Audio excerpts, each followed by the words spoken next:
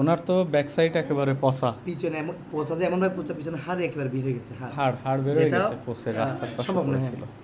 আমরা যখন নিয়ে আসছি এখানে অনেক পোকা ছিল। আচ্ছা, এবং এখনো পোকা নাই, তবে এমনি ক্ষতটা থেকে গেছে, ওটা আমরা আস্তে আস্তে সারানোর চেষ্টা করতেছি আর কি। অগসারের চোখে পানি চলে আসছে ভাই। এই মানুষগুলা কারো না কারো মা, কারো না কারো বোন, সত্যিকারে মানে বুক ধড়ফড় করতেছে। আপনারা যদি এই ভিডিওটা শেয়ার করে এই মানুষগুলাকে তাদের পরিবারের কাছে ফিরিয়ে দিতে পারেন, এর থেকে ভালো কাজ হয়তো আপনারা আর কখনো করেননি। মানে ওনার এখান থেকে এই পর্যন্ত একেবারে বুকের নিচে থেকে এমন ভাবে পচা যে হাড় সহ বের হয়ে গেছে।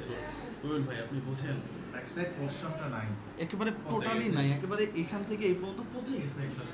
তো এই মানুষটাকে যদি এই ভিডিওর মাধ্যমে একটু শেয়ারের মাধ্যমে আমরা যদি ফিরে পাই, এর চেয়ে বড় অ্যাচিভমেন্ট তো আর কিছু হইতে পারে না। হ্যাঁ, ইনি হয়তো আল্লাহ না করুক খুব বেশি দিন হয়তো আর স্ট্রাগল করতেও পারবে না, কিন্তু মৃত্যুর আগে অন্তত তার পরিবারের কাছে ফিরে যাক, এতটুকুই আমাদের চাওয়া। উনিও তো চাচ্ছেন যে ওনার, এবং উনি চাচ্ছে এটা যে আমি আমার পরিবারের কাছে যাব। পরিবারের সদস্যদের নাম বলতে পারতেছে, নামও বলতে পারতেছে, হয়তো আপনারা নিবেন না, তো ওনার এলাকা বলতে পারতেছে, স্পেসিফিক কোতোয়ালির পাথরঘাটা। হ্যাঁ, এবং উনি শিক্ষক। আরেকটা এলাকা বলতে পারতেছে।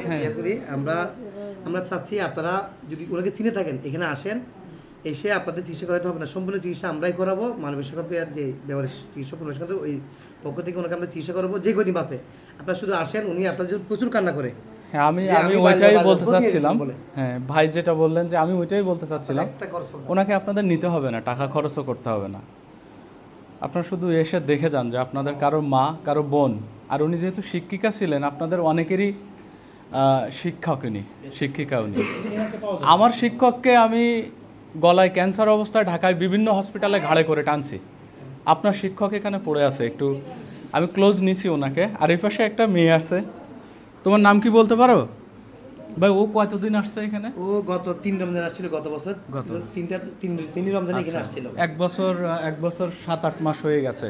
কথা বলতে পারে না, আপনাদের একটা শেয়ার শুধু ওর পরিবারের কাছে পৌঁছে দিতে পারে। শুধু হাসে ও সারাদিন, কথা বলতে পারে না যে ওর সাথে কথা বলবো। আর এই মেয়েটা স্বীকার করছে যে তার বাড়ি বরিশাল, এবং সে কোনো একটা ছেলের সাথে চট্টগ্রামে আসছিল। তো আসার পরে ওর নাকি একটা বেবিও হয়েছিল। এটা খুব মানে আশ্চর্যজনক একটা বিষয়, অমানবিক একটা কাজ, যে এই ধরনের অ্যাবনর্মাল মানুষকে প্রেমের ফাঁদে ফেলে নিয়েও আসলেন। হ্যাঁ, আবার তার সাথে শারীরিক একটা মেলামেশা, এরপরে তার বেবিটাকে আবার নিয়েও নিছে। কি এক অদ্ভুত ব্যাপার! হ্যাঁ, অদ্ভুত এক দুনিয়া। সেই বরিশাল বাংলাদেশের একটা অঞ্চল থেকে নিয়ে এসে চট্টগ্রাম শহরেও রাখেনি, আরও দূরে চলে গেছে, সাতকানিয়া শহর থেকে আরও দূরে। সেইখান থেকে ও এখন এখানে আছে, সুস্থ আছে। ভাইয়া ওর ভাইদের নাম যেন কি বলছিল, মনে করতে পারতেছেন? সানি, সাফি আর নুন নবী। তোমাদের আচ্ছা, মার নাম হচ্ছে তাসলি। মা তাসলি, আপনার মেয়ে এখানে আছে, আপনি এসে নিয়ে যেতে পারেন।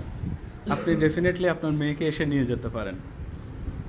আর উনি কোথা থেকে আসছে জানো? উনিও বরিশাল, আমরা বরিশাল না? বরিশাল বলছি আর কি। আচ্ছা, আপনার বাড়িও বরিশাল? আপনারও একটা ছেলে, 2টা মেয়ে। আপনাদের মা আছে ভাই এখানে? আমার জানটুকু থাকে আর হাত পা নড়ে, তবুও তো আমার মাকে বেওয়ারিশ সেই হসপিটালে কোনোদিন রাখবো না। তো হয়তো আপনাদের কোনো ভুলের কারণে যদি এখানে এসে থাকে, আমরা আপনাদের কোনো ধরনের প্রেশার নাই।